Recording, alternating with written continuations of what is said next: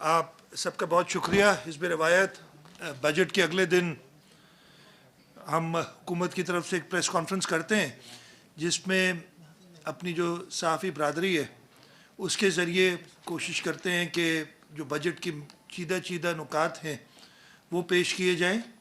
और आज की ये बजट प्रेस कॉन्फ्रेंस जो है, पोस्ट बजट प्रेस कॉन्फ्रेंस, वो ज़्यादा अहमियत इसलिए भी रखती है कि कल जो माहौल असम्बली में किया गया, तो शायद पता नहीं आप लोगों ने कुछ सुना कि नहीं सुना सही तरीके से, या आप लोग भी कुछ और चीज़ में इंटरेस्टेड थे कि ये बजट को छोड़ो, ये जो इधर सीटियाँ वीटियाँ बज रही हैं उनको फिल्म करो। वो खैर हर एक का अपना अपना इंटरेस्ट है। मेरे ख्याल सिंध के लोगों का इंटरेस्ट था कि वो देखें कि बजट में क्या हो रहा है और बजट में हुकूमत उनके लिए क्या पेश कर रही है। मैं शुरू करूँगा जो सेलिएंट फीचर्स हैं, जो कि नंबर्स हैं बजट के, उनके बारे में आपको बताऊं। अगले साल का हमारा बजट 1,477,903,000,000 का है। इसको बाकी लफ्ज़ों में मुझे नहीं आता। 14,077 अरब रुपए। उसके अरब के बाद ख़रब होते हैं, कितनों में ख़रब होते हैं मुझे नहीं पता, 14 खरब बन जाते हैं जो भी बनते हैं। लेकिन मैं हमारी जो इनकम टोटल है जो हमने एस्टिमेट की है, और इस पर मैं डिटेल में जाऊंगा, वो 1,452,168,000,000 है। टोटल 25,735,000,000 का डेफिसिट बजट है। ये डेफिसिट बजट कैसे पूरा करेंगे, इसके रिसोर्सेज होते हैं। हम कोशिश करते हैं ड्यूरिंग द ईयर अपने कुछ नॉन डेवलपमेंट एक्सपेंडिचर्स जहाँ कट कर सकें कट करें, और उसके साथ साथ हमारे पास एक फैसिलिटी होती है स्टेट बैंक से ओवरड्राफ्ट लेने की। वो फैसिलिटी को इस्तेमाल करते हैं। उसमें हमारे पास 33 अरब 33 बिलियन की है। वो भी हमने इंक्रीज़ करने के लिए कहा है फेडरल गवर्नमेंट को कि हमारी वो बढ़ाई जाए, तो उससे पूरा करेंगे। इसके साथ साथ मैं जिक्र करूँगा जो नाइंसाफ़ी मैं कुछ दिन पहले भी आपको पता चला था सिंध के साथ हुई है, कि जो सिंध के पैसे सुप्रीम कोर्ट ने रोके हुए हैं बहरिया के हवाले से, वो भी इस डेफिसिट को पूरा करने में, बल्कि इंशाल्लाह ताला वो आएंगे। तो जो हमारे प्लान्स हैं पूरे सिंध के लिए, जो कि अदरवाइज़ हम कम रिसोर्सेज की वजह से पूरे नहीं कर सके, उसमें भी हमें मदद होगी। इस के अंदर जो हमारी टोटल रेवेन्यू मैंने बताया 1,452,000,000,000 का, उसकी मैं आपको ये जो खर्चा है उसकी ब्रेकडाउन दे दूं। हमारी फेडरल गवर्नमेंट से जो हमने पैसे मिलने हैं वो 869 बिलियन है। 869 हो जाते हैं ना अरब रुपए। इस साल ये जो गुजर गया साल, 15 दिन बाकी हैं, उसमें 760 अरब रुपए का वादा किया गया था। मैंने आपको उस दिन भी बताया, फिर मैं आपको अभी बता रहा हूँ कि as we speak right now हमें 613 अरब रुपए मिले, यानी 147 अरब रुपए उन्होंने हमें अभी देने हैं। मैं उम्मीद करता हूँ, लेकिन मुझे अल्लाह करे मैं गलत हूँ, ये वादा वो पूरा कर दें। मुझे नहीं लगता कि वो 147 अरब रुपए हमें जून के महीने में देंगे। तो जो 760 अरब रुपए उन्होंने वादा किया था, वैसे ही वो वादे को वफा ना करते हुए उन्होंने उसको डिक्रीज़ कर दिया है, 717 अरब कर दिया अभी, कि अब ये इतने देंगे। तो उसके हिसाब से भी तकरीबन 104 अरब रुपए हमें मिलने हैं जून के महीने में। और मैंने आप सब दोस्तों को पहले भी कहा था कि इंशाल्लाह ताला 1 जुलाई को हम आपको बता देंगे कि इसमें से मिला कितना है हमें और कितना शॉर्ट हुआ है। मैं तो 147 का हिसाब लगाऊंगा, इसलिए कि 147 अरब रुपए यानी 760 के हिसाब से वो हमें मिलने चाहिए थे। अगले साल मैंने बताया 869.68 बिलियन का वादा है, जिसमें रेवेन्यू असाइनमेंट्स हैं 798 बिलियन। जो मुझे थोड़ी सी तशवीश है, स्ट्रेट ट्रांसफ़र्स जो हमें मिलते हैं, ऑयल और गैस की रॉयल्टी और गैस डेवलपमेंट सरचार्ज। इस मद में जो ये करंट ईयर गुजरा उसमें 62 बिलियन 62 अरब रुपए की एस्टिमेट था। अगले साल उसको 49 अरब रुपए कर दिया। वो क्या रीज़न्स है, इसलिए कि उन्होंने अभी एक्सप्लेन नहीं किया, ये थोड़ी सी तशवीश ज़रूर है हमें इस बात पे। प्रोविंशियल टैक्सेस की अगर हम बात करें तो हमने प्रोविंशियल टैक्सेस जो अगले साल के लिए रखे हैं, टोटल टैक्स और नॉन टैक्स रिसीट्स मिला के 329 अरब रुपए, 329 बिलियन, जिसमें हमारी उम्मीद है कि हमारा सबसे बड़ा रेवेन्यू सोर्स एसआरबी होगा। और इस साल हमने 125 अरब रुपए हम एक्सपेक्ट कर रहे हैं कि हमें उसे मिलेंगे, और इंशाल्लाह ताला उस टारगेट को हम पूरा नहीं करेंगे तो उसके करीब बहुत ज़रूर होंगे। कोशिश तो ये होगी कि इसको पूरा किया जाए। अगले साल हमने उसमें इजाफा करके उसको 150 अरब रुपए का टारगेट रखा है रेवेन्यू बोर्ड का। एक्साइज एंड टैक्सेशन डिपार्टमेंट इस साल उसका टारगेट 88 अरब रुपए है, वो इंशाल्लाह ताला अपना टारगेट पूरा करेंगे, उससे एक्सीड भी करेंगे। और उनकी काम देखते हुए अगले साल हमने उनका टारगेट 120 अरब रुपए किया है कंसल्टेशन के साथ उनके। बोर्ड ऑफ रेवेन्यू में थोड़ी सी इश्यूज हैं, और उसकी वजह यही है कि आपको पता है इस साल कैलामिटी हो गई थी, हमने काफ़ी सारे डिस्ट्रिक्ट्स को जो है कैलामिटी स्ट्रिकन आफत ज़दा करार दिया था, और उन जगहों पे टैक्सेस हमें माफ़ करने पड़ते हैं। ये सारे इश्यूज़ की वजह से उसकी कलेक्शन कुछ कम है, और अगले साल हमने इसकी कलेक्शन 30.64 अरब रुपए रखी है, 30.64 बिलियन। नॉन टैक्स में हम 24.3 बिलियन, नॉन टैक्स में जैसे हमारी होती हैं होम डिपार्टमेंट की रिसीट्स होती हैं, लाइसेंस वगैरह बनाते हैं, चलान्स होते हैं, इस तरीके से कुछ और फीस वगैरह होती हैं जो टैक्स की मद में नहीं आती, उसमें 24 अरब रुपए हमने रखा है। इस तरीके से टोटल 329 बिलियन है प्रोविंशियल टैक्स रिसीट्स। उसके अलावा हमारे पास और रिसीट्स आती हैं, फॉरेन प्रोजेक्ट असिस्टेंस आती है, वो पूरी की पूरी एकदम प्रोजेक्ट्स पे खर्च हो जाती है, डेवलपमेंट साइड पे होती है, 71 अरब रुपए उसके। फेडरल ग्रांट भी देती है हमें डेवलपमेंट के लिए, इस पर मैं पहले भी बात कर चुका हूँ। जब ये पीटीआई की हुकूमत नहीं आई थी, पिछली हुकूमत के आखिरी साल में, ये ग्रांट हमें 27 अरब रुपए एलोकेशन थी, और ये कम कर कर के और घटने के बाद अगले साल 5.3 अरब रुपए है, जिस पे मैं काफ़ी बात कर चुका हूँ। शायद आपके और सवालात होंगे तो उस पर और जिक्र करूँगा। और फिर बाकी ये सारी जो मिला के हम बैंक बोरोइंग हमारे अलाउड है अंडर दी एनईसी, वो भी हमने 45 अरब रुपए के कुशन रखा है कि ज़रूरत पड़ेगी तो हम वो बैंक बोरोइंग करेंगे, और इस तरीके से 1.452 ट्रिलियन का हमारा रिसोर्स है। एक्सपेंडिचर साइड पे आएँ तो एक्सपेंडिचर में जो मैंने आपको बताया कि 1.477 ट्रिलियन है, उसका बड़ा पोर्शन 1089 बिलियन यानी 1.089 ट्रिलियन ये आपका करंट रेवेन्यू एक्सपेंडिचर में आता है, नॉन डेवलपमेंट एक्सपेंडिचर जिसे हम कहते हैं।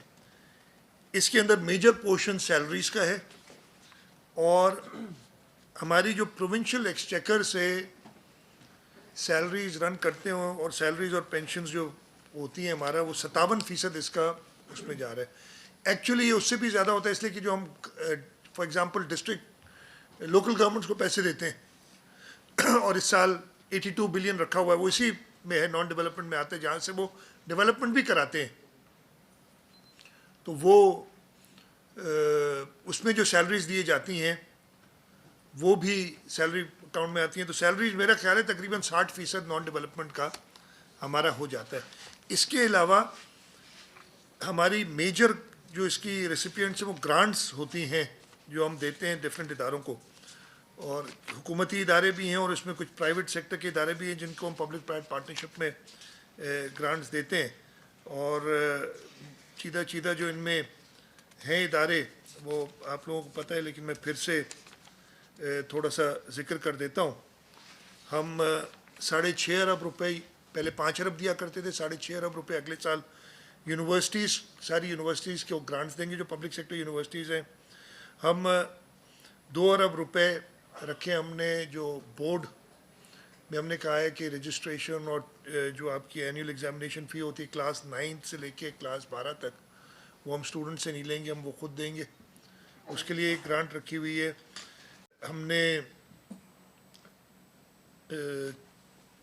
NICVD और SICVD के मिला के 6 अरब NICVD के लिए और 7 अरब, तकरीबन 14 अरब रुपए हमने NICVD ग्रुप के लिए रखा हुआ है अस्पताल के लिए।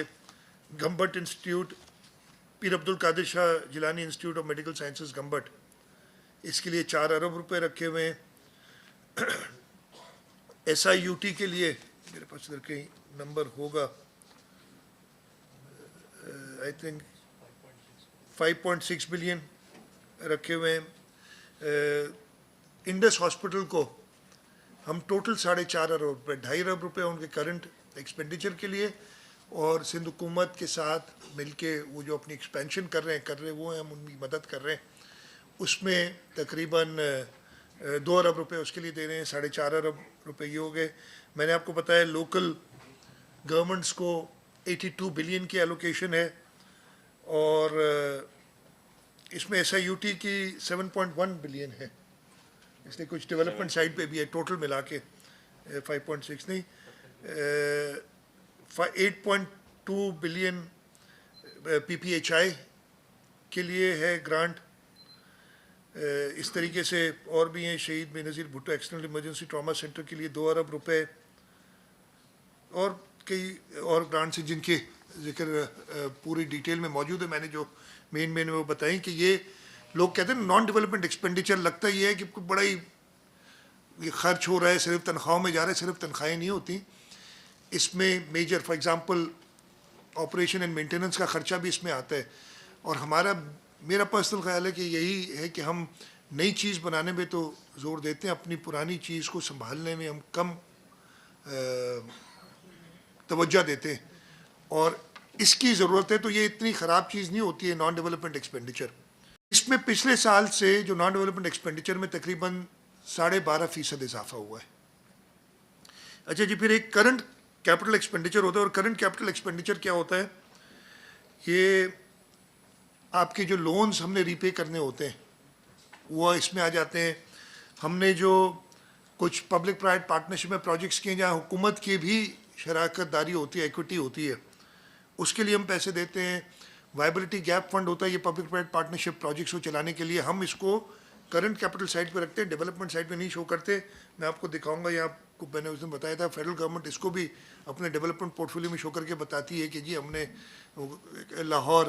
सखर से हैदराबाद को 7 अरब रुपए दे दिए VGF में, बड़ा कमाल किए, उसको भी डेवलपमेंट में दिखा देते हैं। खैर हम नहीं दिखाते। हमारे पेंशन फंड्स हैं, कुछ और फंड्स हैं जिनको हम फंड हर दफ़े करते हैं ताकि बाद में काम आए।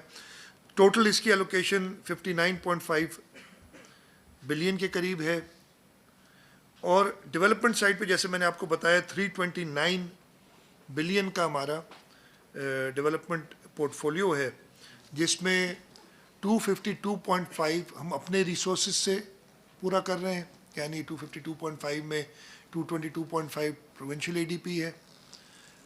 30 अरब की डिस्ट्रिक्ट ADP, नॉर्मली हम 20 करते थे, पिछले साल 15 करनी पड़ी, तो इस साल हम डबल कर रहे हैं, 30 अरब रुपए की डिस्ट्रिक्ट ADP है। 71 अरब रुपए जैसे मैंने आपको बताया फॉरेन प्रोजेक्ट असिस्टेंस है, और इसके अलावा 5.3 बहुत बड़ा अमाउंट है, 5.3 बिलियन का जो हमें फेडरल ग्रांट से मिल रहा है, जिसमें आएगा कितना वो बाद में बताएंगे आपको। ये सब मिला के 329 अरब रुपए हमें मिल रहे हैं, हमने डेवलपमेंट के लिए मुख्तस किए हैं, और ये पिछले साल से तकरीबन 41% ज़्यादा है। नॉन डेवलपमेंट में एक चीज़ पे सिर्फ मैं फोकस करूँगा, तनख्वाहें हमने सरकारी मुलाजमीन की 20% बढ़ाने का ऐलान किया है और उसकी प्रोविजनिंग की है। हम हर साल तनख्वाह मुलाजमीन की बढ़ाते रहे हैं। कोई एक ऐसा साल नहीं आया कि सिंध हुकूमत ने, इसलिए कि जो तकलीफ़ में हमारे मुलाजमीन हैं उनको देखते हुए हमने किया है। फेडरल गवर्नमेंट ने नहीं किया। फिर उन्होंने एक साल इस दफ़े कोई 25% कहा था, इक्वलाइजेशन वगैरह कुछ कर रहे हैं, वो पुरानी तनख्वाह के बराबर की थी।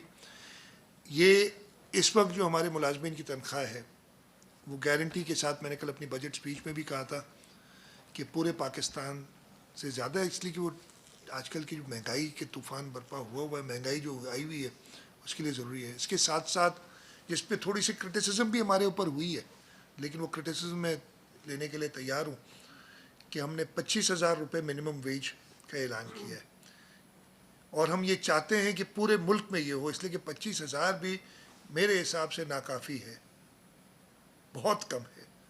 लेकिन हमने 17,500 से बढ़ा के, जिस तरीके की महंगाई पिछले 3 साल में हुई है, ख़ास तौर पे पिछले 3 साल में, और लोगों का, गरीबों का जीना मुहाल हो गया, हमने उसको 25,000 किया है। मैं ये रिक्वेस्ट करूँगा आपके ज़रिए सबसे कि वो कहा गया कि जी आपने सिंध को अनइवन प्लेइंग फील्ड दे दी, बाकी जगहों पे 21,000 है, यहाँ 25,000 हो गई। मैं कहूँगा कि पूरे पाकिस्तान में 25,000 करें। इन्हीं मज़दूरों की वजह से, इन्हीं काम करने वालों की वजह से ये मुल्क ज़िंदा है और चल रहा है, ये लीडरों की वजह से नहीं ज़िंदा है। तो 25,000 मिनिमम वेज मैं डिमांड करूँगा कि पूरे मुल्क में दी जाए। और हमने ये कड़वी गोली कही है, हमने, जैसे मैंने कहा, हमारे जो ग्रेड 1 to 5 के मुलाजमीन हैं उनकी 25,000 से कम तनख्वाह बनती है, जो बनता है, जो एंट्री लेवल पे होते हैं ना, 1-2 साल बाद जाके उनको इंक्रीमेंट लग के हो जाती है। लेकिन जो आज ग्रेड 1 में आएगा उसकी 25,000 से कुछ कम तनख्वाह है। तो हमने उसके लिए एक सप्लीमेंट्री तनख्वाह देते हैं कि उसको कम से कम 25,000 रुपये मिले। हम कर रहे हैं इस साल। तो अंग्रेजी में कहना, we put our money where our mouth is. ज़बानी जमा खर्च नहीं कर रहे, हम खुद करके दिखा रहे हैं। हम इंशाल्लाह ताला कोशिश करेंगे कि प्राइवेट सेक्टर में ये इम्प्लीमेंट हो, लेकिन उसके लिए ज़रूरी है कि कुछ होश की नाखुन फेडरल गवर्नमेंट और बाकी सूबे भी लें और ये मिनिमम वेज 25,000 रुपये करें, ताकि ये डिस्पैरिटी फिर एक मुहिम चलाना सिंध के ख़िलाफ़ जो एक मामूल बन गया है वो ना शुरू हो जाए। दूसरा, मैंने आपको ग्रांट्स वगैरह की बात कर दी जो दी हैं। अच्छा, मैं कुछ मेजर इनिशिएटिव्स, ये भी नॉन डेवलपमेंट साइड पे आते हैं, वो मैं आपको बता दूं जो हम कर रहे हैं। जो सोशल वेलफेयर, एग्रीकल्चर साइड पे है और आपकी इंफॉर्मेशन टेक्नोलॉजी, लाइफ स्टॉक। हम एक पावर्टी एलिविएशन प्रोग्राम, ये हमने इस साल भी शुरू किया था, लेकिन ये कोविड और बाकी फ्लड्स की वजह से पीछे पड़ गया, लेकिन अब हमारी तैयारी पूरी है। वो एक हम poverty alleviation programme for small business कर रहे हैं, जिसमें 2 लाख से 5 लाख तक के लोन्स देंगे और इसके लिए टोटल 2 अरब रुपए मुख्तस किए गए हैं। इसी तरीके से हम जो छोटे काश्तकार हैं, स्मॉल फार्मर्स, उनको 2 लाख तक की लोन देंगे और 3 अरब रुपए हमने इसके लिए मुख्तस किए हैं। हम ऑर्फनेजेस जो हैं उनके लिए 500 मिलियन रुपए हमने किए हुए। ओल्ड एज होम्स हमारे सूबे में जो हैं उनके लिए 500 मिलियन मुख्तस किए हुए हैं। हम कोविड-19 से जो लोग अफेक्ट हुए हैं, इसकी एक पूरी एक्सरसाइज की गई है। हमारे यहाँ एक यूनिट अलग बना हुआ है इसमें, और उन्होंने उस एक्सरसाइज के बाद हमने 10 अरब रुपए एलोकेट किए हैं उनकी सपोर्ट के लिए, लोगों की। हम एग्रीकल्चर साइड पे 1 अरब रुपए की सब्सिडी देंगे स्मॉल फार्मर्स को, जो 25 एकड़ तक की जिनकी ज़मीन है, क्वालिटी राइस सीड के लिए। हम फर्टिलाइज़र के लिए, जिसकी 25 एकड़ तक की ज़मीन है, 1 अरब रुपये हमने रखा है फॉर एज सब्सिडी। हम पेस्टिसाइड्स के लिए 1,000 अरब रुपए की सब्सिडी स्मॉल फार्मर्स, वही 25 एकड़ तक की हमने लिमिट रखी है, उनके लिए देंगे। लाइफ स्टॉक एंड फिशरीज़ में हमने 500 मिलियन लाइफ स्टॉक ब्रीडिंग के लिए रखे हैं। इसके अलावा इंफॉर्मेशन टेक्नोलॉजी में हमने 1 अरब रुपया रखा है कि जो टेक्नोलॉजी बेस्ड स्टार्टअप्स हैं, जो छोटे एंटरप्रेन्योर्स होते हैं, जिनको 1 करोड़ 2 करोड़ 5 करोड़ रुपए चाहिए एक बिज़नेस स्टार्ट करने के लिए, और उससे उनको आगे जाके वो कंट्रीब्यूट करेंगे मुल्क की इकॉनमी में, उसके लिए हमने 1 अरब रुपया रखा है। हमने जो हमारे स्पेशल डिफरेंटली एबल्ड बच्चे होते हैं या पीपल विद डिसेबिलिटीज़ हैं, उनके लिए एक फ़ंड रखा है 500 मिलियन का, कि उनके पेरेंट्स को सपोर्ट देने के लिए हमने कहा है कि वो 1 लाख रुपया पर फैमिली हम देंगे जिनका ऐसा बच्चा हो, इसलिए कि उनके अखराजात काफ़ी बढ़ जाते हैं। हमने under Benazir women agriculture workers programme 500 million की एलोकेशन रखी, और ये भी बड़ा वेल थॉट ऑफ प्रोग्राम है। वो क्या है कि ये हम देंगे जो रूरल एरियाज़ में ख़वातीन जो प्रेग्नेंट होती हैं, उनको 6 विज़िट्स है स्टिपुलेटेड कि जी डॉक्टर को करनी पड़ती हैं, अस्पताल जाना पड़ता है 6 बार। और हमने वो अस्पताल जाना तो फ्री है, उधर तो इलाज के लिए कोई पैसे नहीं लेते, लेकिन वो अपनी होता क्या है कि उस दिन की या आधे दिन की अपनी कमाई जो होती है, वुमेन वर्कर्स की बात कर रहे हैं हम, एग्रीकल्चर वर्कर्स प्रोग्राम, वो कहते हैं कि ये वो भी नहीं छोड़ सकते, इतने हैंड टू माउथ होते हैं। वो हम उनको सपोर्ट करेंगे कि जी जो अस्पताल आएगा और अपना चेकअप कराएगा, उसको उस विमेन ये रूरल एरियाज़ में विमेन एग्रीकल्चर वर्कर को आधे दिन की जो हमने एक हिसाब लगाया हुआ कि उसकी होगी तनख्वाह, वो पूरी करेंगे। शहीद बेनज़ीर हाउसिंग सेल के लिए हमने 2 अरब रुपए एलोकेट किए हैं। हम पिछले सालों में कुछ 1-2 सालों में हम नहीं एलोकेशन कर सके थे घर बनाने के लिए ताकि गरीब लोगों को छत मिले, वो हमने एलोकेट किए हैं। ये सारे जो मैंने आपको बताया ना, ये नॉन डेवलपमेंट एक्सपेंडिचर्स हैं। तो लगता है कि जी आपने डेवलपमेंट पे 329 अरब अच्छा अमाउंट है, लेकिन ये सारे उसमें नहीं आते, नॉन डेवलपमेंट साइड पे आते हैं। मैं क्विकली डेवलपमेंट साइड आपको रन कर देता हूँ। मैंने आपको मोटा मोटा तो बता दिया था कि 329 बिलियन है, जिसमें से 222.5 बिलियन प्रोविंशियल एडीपी है, 30 अरब रुपए डिस्ट्रिक्ट एडीपी है, और ये 252.5 अरब रुपए हम अपने रिसोर्सेज से लाएंगे, और उसके अलावा 71 अरब रुपए इंटरनेशनल फॉरेन प्रोजेक्ट असिस्टेंस है, और 5.3 बिलियन की मेहरबानी हम पे फेडरल गवर्नमेंट ने भी की है और वादा किया है। हमारी जो मैं सिर्फ मेजर सेक्टर्स बता देता हूँ और उनमें इंक्रीज़ बता देता हूँ।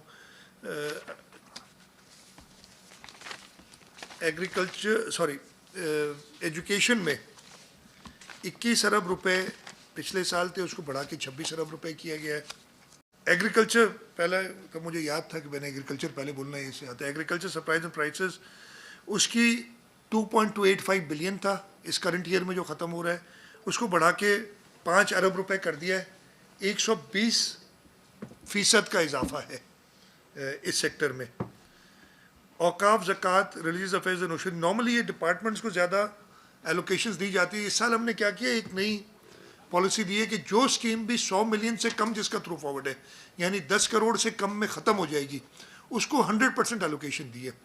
और इसी वजह से जो छोटे डिपार्टमेंट्स की छोटी छोटी स्कीम्स थी जिनको प्रॉपर एलोकेशन ना होने की वजह से वो कई साल चलती थी, इस साल हम 1000 से ऊपर 1009 है टोटल स्कीम्स ख़त्म करने का हमारा इरादा इंशाल्लाह ताला है। तो औकाफ को, ज़कात, रिलीजियस एंड ओशर को 99 मिलियन से बढ़ा के 500 मिलियन यानी 400% इजाफा हमने किया है। कल्चर, टूरिज़म एंड एंटिक्विटीज़, बहुत अच्छा काम हमने इसमें किया है, लेकिन अभी बहुत और ज़रूरत है, और इसी वजह से इसकी एलोकेशन 832 मिलियन से बढ़ा के 2 अरब रुपए कर दिए, जो कि 140% इजाफा है। एजुकेशन 21 अरब रुपए पिछले साल की एलोकेशन थी, उसको बढ़ा के 26 अरब रुपए किया है, 24% इजाफा है। जो बड़े डिपार्टमेंट्स ऑब्वियसली उसमें परसेंटेज आपको कम नज़र आएगी, लेकिन आप देखें तो 5 अरब रुपए का इजाफा किया है इसकी एलोकेशन में। और इसी के अंदर जो हमारा एक डिपार्टमेंट है फॉर एम्पावरमेंट ऑफ जो स्पेशल डिफरेंटली एबल्ड बच्चों का या वो डिपार्टमेंट है, उसकी एलोकेशन सिर्फ 128 मिलियन होती थी, वो 525% बढ़ा के 800 मिलियन कर दी है। स्टेप्टा की एलोकेशन 713 मिलियन से बढ़ा के 1200 मिलियन, 68% इंक्रीज़ है। यूनिवर्सिटीज़ एंड बोर्ड्स की 3.3 बिलियन से बढ़ा के 6 बिलियन कर दी है, तकरीबन 78% इंक्रीज़ है। इन्वायरमेंट, मिनिस्टर साहब भी बैठे हैं इधर, अगेन इस ज़्यादा तवज्जो नहीं दी जाती थी, 145 मिलियन सिर्फ इसकी एलोकेशन थी, वो बढ़ा के 1200 मिलियन कर दी है, यानी 725% इसमें इंक्रीज़ किया। हमने वही कहा ना, छोटे डिपार्टमेंट्स जिनकी स्कीम्स हम जल्दी ख़त्म कर सकें। Forest and wild life, again minister साहब बैठे हैं साथ, 690 मिलियन से बढ़ा के 1500 मिलियन कर दी है, 117% इंक्रीज़। होम डिपार्टमेंट की इंक्रीज़ काफ़ी की है, 666, वो भी मिनिस्टर्स बैठे हैं सामने आपके, 666 से बढ़ा के 9 अरब। और मेजर उसकी जो इंक्रीज़ हुई है वो जो हम सेफ सिटी प्रोजेक्ट है, तकरीबन मुझे सही याद नहीं 7.5 अरब के करीब उसकी एलोकेशन सिर्फ एक प्रोजेक्ट की रखी है, ताकि उस हम काफ़ी एडवांस स्टेज पे हैं। NRTC के साथ हमारा मुआहदा हो गया है और अब उसको फाइनल जो ड्यू डिलिजेंस उसकी हो रही है, और हमें उम्मीद है कि इसको हम ये तकरीबन 21-22 अरब रुपए का प्रोजेक्ट है, हम उसको 1/3 उसकी एलोकेशन तक हमने पहले साल में ही रखी है, ताकि इस पर हम तेज़ी से काम कर सकें। ह्यूमन राइट्स, छोटा सा डिपार्टमेंट, उसमें 542% की इंक्रीज़ है, 5.5 मिलियन से 35 मिलियन हो गया। ये छोटे छोटे, मैं कह रहा हूँ कि ह्यूमन सेटलमेंट, इसमें 108% की इंक्रीज़ है। इंडस्ट्रीज़ एंड कॉमर्स 636 मिलियन हुआ करती थी इसकी थी पिछले साल एलोकेशन, उसको बढ़ा के 1500 मिलियन कर दी है, यानी 135% इंक्रीज़ है। बाकी तो ये आपकी इरिगेशन में 42% इंक्रीज़ है, लॉ के अंदर 90% इंक्रीज़ है, लॉ को हम भूल नहीं सकते, उसकी ख़ास वजह है, नहीं तो कमेंट्स आ जाते हैं। नहीं, इनकी वजह से नहीं, इनके कमेंट्स को कोई नहीं कराता, तो वो हम छोड़ नहीं सकते। वो तो पता नहीं खुद ही रीअप्रोप्रिएशंस भी हो जाती हैं, उसमें ऑर्डर आ जाते हैं कि इधर ये को, खैर वो हम ताबे हैं, मनोवन हम उनकी बात नहीं। ठीक है जी। Life stocks and fisheries, again 1 billion की एलोकेशन थी, बढ़ा के 1800 मिलियन कर दी है, 65% इंक्रीज़ है। लोकल गवर्नमेंट 12 अरब रुपए थे, अगले साल बढ़ा के 22.5 अरब रुपए, यानी 110% इंक्रीज़ कर दी है। Public health engineering 11.3 billion allocation थी, बढ़ा के 15.5 अरब, यानी 36% इंक्रीज़। रूरल डेवलपमेंट 231 मिलियन थी, बढ़ा के 1000 million, 330% increase. Social welfare 233 million थी, उसको बढ़ा के 800 million, 243% increase. Sports and youth affairs 682 million allocation थी, उसको बढ़ा के 2800 मिलियन कर दिया है, यानी 310% इंक्रीज़। तो हमने ये कोशिश की है कि छोटे डिपार्टमेंट्स जिनको पहले ज़्यादा तवज्जो नहीं दी जाती थी, उनके प्रोजेक्ट्स को ख़त्म करें। 100 मिलियन से कम जो भी प्रोजेक्ट है उसको हम पूरी एलोकेशन दें। इसके अलावा हमने एक और पॉलिसी रखी और कैबिनेट ने अप्रूव की कि जिस स्कीम पे भी 70% खर्च हो गया है, यानी 100 रुपये अगर रखा हुआ टोटल स्कीम की कॉस्ट थी, 70 रुपये या उससे ज़्यादा खर्च हो गया है, तो उसका बैलेंस अमाउंट हम इस साल में पूरा रख रहे हैं, ताकि ये स्कीम जो है इस साल हम कंप्लीट कर सके, जो अगला साल आने वाला है। इस तरीके से हम 1009 स्कीम्स हैं टोटल, मुझे नंबर जो हम प्लान कर रहे हैं कि हम अगले साल जो कोई रिकॉर्ड होगा। इससे पहले हमारा रिकॉर्ड 2017-18 का है, जिसमें हमने 700 के करीब स्कीमें, 700 से कुछ ऊपर स्कीमें कंप्लीट की थी। इस साल भी हमने 590 है स्कीम्स कंप्लीट करने जा रहे हैं इंशाल्लाह, जो ये करंट ईयर है। अगले साल हम इसको डबल करने जा रहे हैं, और ये जो स्ट्रेटजी हमने बनाई है कि हम सारी स्कीम्स को जो साल चलती चली आ रही हैं उनको प्रायोरिटी दे के उनको ख़त्म करें। उसके साथ साथ हमने नई स्कीम्स को नहीं भूला। मैं गारंटी से कह सकता हूँ, अगर कहीं गलती हुई, मैं अगेन कहीं ना कहीं हो सकता है छोटी मोटी गलती हो गई हो, सूबह सिंध के हर डिस्ट्रिक्ट के हर तहसील में नई स्कीम दी है हमने अक्रॉस द बोर्ड। कोई एक हो सकता, अगर कहीं रह गया हो तो मैं वो गलती मानूंगा, उसको हम स्कीम दे देंगे, लेकिन हमने ये पॉलिसी रखी थी पूरे सूबे में हर डिस्ट्रिक्ट की हर तहसील में नई स्कीम जरूर है, जो हमने नई स्कीम्स दी हैं। और ये आप लोग देख सकते हैं, चेक कर सकते हैं। अगेन मैं कहूँ कोई शायद जगह भूल गए हो हम, तो हम उसको भी ऐड कर देंगे अगर ऐसी कोई जगह हम भूल गए हो, लेकिन ये हम गारंटी से मैं कहता हूँ। एक दो चीज़ें मैंने कल असेंबली में अपनी स्पीच में भी कही थी, लेकिन मैं फिर दोहराना चाहता हूँ। जो अचीवमेंट्स हमारी मेजर, पिछला साल कोविड था, पूरा साल कोविड में हमारा गुजरा है। इस वक्त तो बहुत लोग क्रेडिट ले रहे हैं, वो भले लें, मुझे कोई इतराज़ नहीं, लेकिन ये वही लोग हैं जो कहते थे कि ये तो एक हल्का सा बुखार है, आएगा और ख़त्म हो जाएगा, परेशानी ना करें। ये भी कहते थे कुछ लोग जिनको बाद में बड़ी इंपॉर्टेंट पोजीशंस दी गई कि जी कोविड से ज़्यादा तो रोड एक्सीडेंट्स में लोग मरते हैं, तो क्या हम गाड़ियाँ चलाना ख़त्म कर दें? ये भी आपको याद होगा। ये क्रेडिट लेने वाले आजकल ये कहा करते थे। और तो और जो टेलीफोन पे मैसेज आता था ना, वो PTCL को जब आप कॉल करते थे किसी नंबर को, तो शुरू में मैसेज आता था, वो बाद में चेंज कर दिया कि कोविड ख़तरनाक है लेकिन जानलेवा नहीं है। अल्लाह ताला उनसे हिसाब ले गए, ऐसे लोगों से जिन लोगों ने ये कहा था। तो वो क्रेडिट भले लें, लेकिन हम एक कोविड लाइक सिचुएशन में थे। इस वक्त भी मैं खुद भी बात करूंगा, और हमारे हेल्थ डिपार्टमेंट ने कांटेक्ट किया है। हमें 8-10 दिन भी नहीं हुए, जो NCC की पिछली मीटिंग हुई थी, वज़ीर आज़म साहब जिसके सरबराही करते हैं, हमें कहा गया था कैटेगोरिक टर्म्स में कि आप वैक्सीन सप्लाई की फ़िक्र ना करें, आप अपनी वैक्सीन्स बढ़ाएं, और हमने उस पर अमल किया। अनफॉर्चुनेटली परसों मैंने पहले पंजाब में सुना था कि लोगों को वापस किया जा रहा है, और कल हमारे पास भी प्रॉब्लम हुआ है वैक्सीन सप्लाई का। तो ये जो और हमें ख़रीदने नहीं देते, कहते हैं एक वैक्सीन नहीं खरीदने इसलिए नहीं देते कि हम पे कहते भाई है कितने की, कीमत तो बताओ, मैं महंगी ना ख़रीद लूँ। कहते नहीं जी वो नॉन डिस्क्लोजर एग्रीमेंट, हम आपको बता नहीं सकते हमने कितने की खरीदी है वैक्सीन। तो आपके तवज्जो से कहना चाहता हूँ कि मेहरबानी करके हमारा इस वबा से निजात का यही तरीका है कि हम अपना एहतियात भी करें, उसके साथ साथ अपनी आवाम को वैक्सीनेट करें। दुनिया खुल रही है उन जगहों पे जहाँ वैक्सीनेशन हो गई है, यहाँ पे वैक्सीन कम हो गई है, और ये फेडरल गवर्नमेंट की जिम्मेदारी है।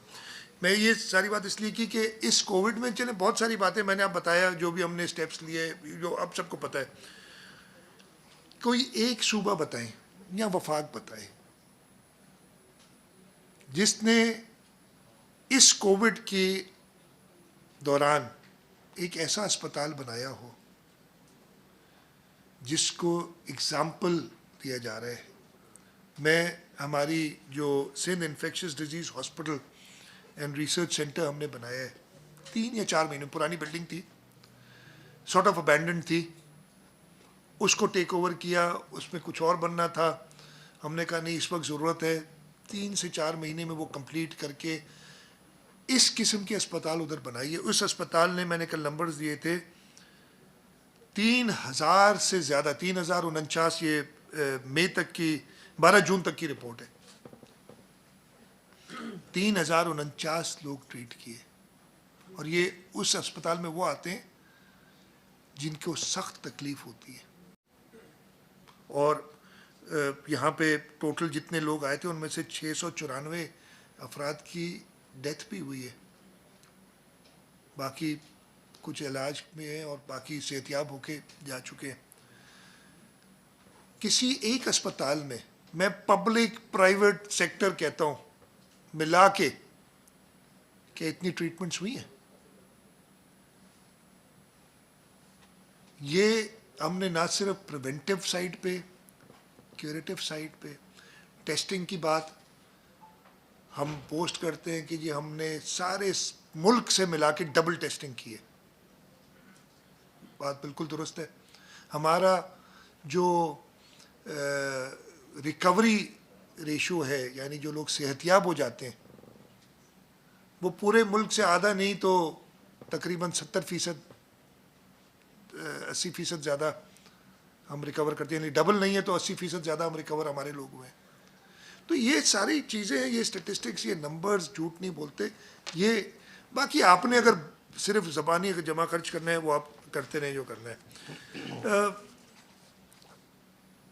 काफ़ी बातें होती रही हैं in the last few days, और कल भी बड़ा शोर हंगामा भी डाला गया असेंबली में। हमें कहा जाता है कि हम सिंध हुकूमत को क्या एक कहते पैसे नहीं देंगे, ये खा जाएंगे। आप लोगों ने जो नहीं खाए हैं ना पैसे, आपने क्या किया पूरे मुल्क में? अनफॉर्चुनेट किस्म की स्टेटमेंट्स आती हैं कि सिंध में कोई काम नहीं करता। मैं अभी बैठ के ना, इधर ही बैठ के ये लिस्ट एक बनाई थी कि यार काम मुझे जो जहन में आ रहे थे, यार क्या किया है, और ये पिछले 3-4 साल की सिर्फ कहानी बताऊंगा आपको। हम काम नहीं करते, कराची ठट्टा ड्यूल कैरेज वे हमने बना दिया, जो कि फेडरल रोड है, सूबाई रोड नहीं है, जिम्मेदारी उनकी थी। मैंने आपको कहा दूसरे सूबों में मुझे कोई इससे जो है एतराज़ नहीं है कि दूसरे सूबों में ना बनाए। वहाँ तो सूबाई रोड, प्रोविंशियल रोड्स बना रही है फेडरल गवर्नमेंट, और आपने देखा ये PHDP उठा के देख लें, जो मैंने कई बताई हैं आपको बातें। ये एक फेडरल रोड है, 1 इंच हाईवे का बता दें यार, तुम्हें पता ही नहीं, तुम खुद कराची से उठ के कहीं और चले गए, इसलिए कि यहाँ पे तुम्हें पता है कि तुम्हें लोगों को पता है तुम्हारी क्या कैपेबिलिटी है। शारा फैसल की वाइडनिंग, ये भी पिछले 3-4 साल में हुई है, 3 लेन से 4 लेन होना। शारा फैसल के ऊपर मुनव्वर सोहरवर्दी अंडरपास, मलीर 15 पे फ्लाई ओवर, मंजिल पंप पे फ्लाई ओवर, ये सब इस रोड पे आपको नजर आए कि नहीं आए पिछले दिनों में?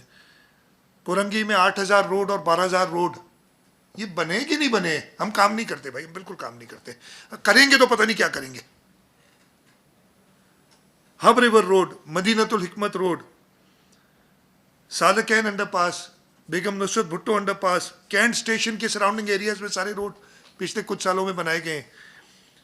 सनसेट बुलेवार्ड का कैंटोनमेंट का एरिया, उस पर फ्लाई ओवर, पंजाब चौरंगी का अंडरपास, जामशोरो और कोटड़ी में रेलवे फाटक के ऊपर 2 ब्रिजेस, आपने वो फ्लाई ओवर्स देखे होंगे। यूनिवर्सिटी रोड को बनाना, तारिक रोड जो 1950-1960 के बाद कभी दोबारा नहीं बना था, उसको ना सिर्फ रोड को बनाना, उसकी सीवरेज लाइंस वो सब ठीक करना। Khalid bin Walid road, stadium road Dalmia, Begum Rana Liaquat Ali Khan flyover, Tariq road underpass, Haider Ali road under, काम नहीं कर रहे भाई, अभी तो काम नहीं कर रहे तो ये हालत है। Haider Ali road underpass, SOMGD का Dhabeji pumping station, Jahangir park, लेकिन जो आज ग्रेड 1 में आएगा उसकी 25,000 से कुछ कम तनख्वाह है, तो हमने उसके लिए एक सप्लीमेंट्री तनख्वाह देते हैं कि उसको कम से कम 25,000 रुपये मिले, हम कर रहे हैं इस साल। तो अंग्रेजी में कहना, we put our money where our mouth is. ज़बानी जमा खर्च नहीं कर रहे, हम खुद करके दिखा रहे हैं। हम इंशाल्लाह ताला कोशिश करेंगे कि प्राइवेट सेक्टर में ये इम्प्लीमेंट हो, लेकिन उसके लिए ज़रूरी है कि कुछ होश की नाखुन फेडरल गवर्नमेंट और बाकी सूबे भी ले, और ये मिनिमम वेज 25,000 रुपये करें, ताकि ये डिस्पैरिटी फिर एक मुहिम चलाना सिंध के ख़िलाफ़ जो एक मामूल बन गया है वो ना शुरू हो जाए।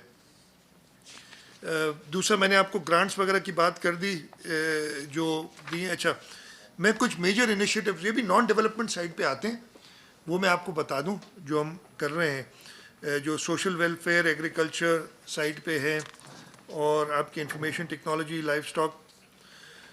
हम एक पावर्टी एलिविएशन प्रोग्राम, ये हमने इस साल भी शुरू किया था, लेकिन ये कोविड और बाकी फ्लड्स की वजह से पीछे पड़ गया, लेकिन अब हमारी तैयारी पूरी है।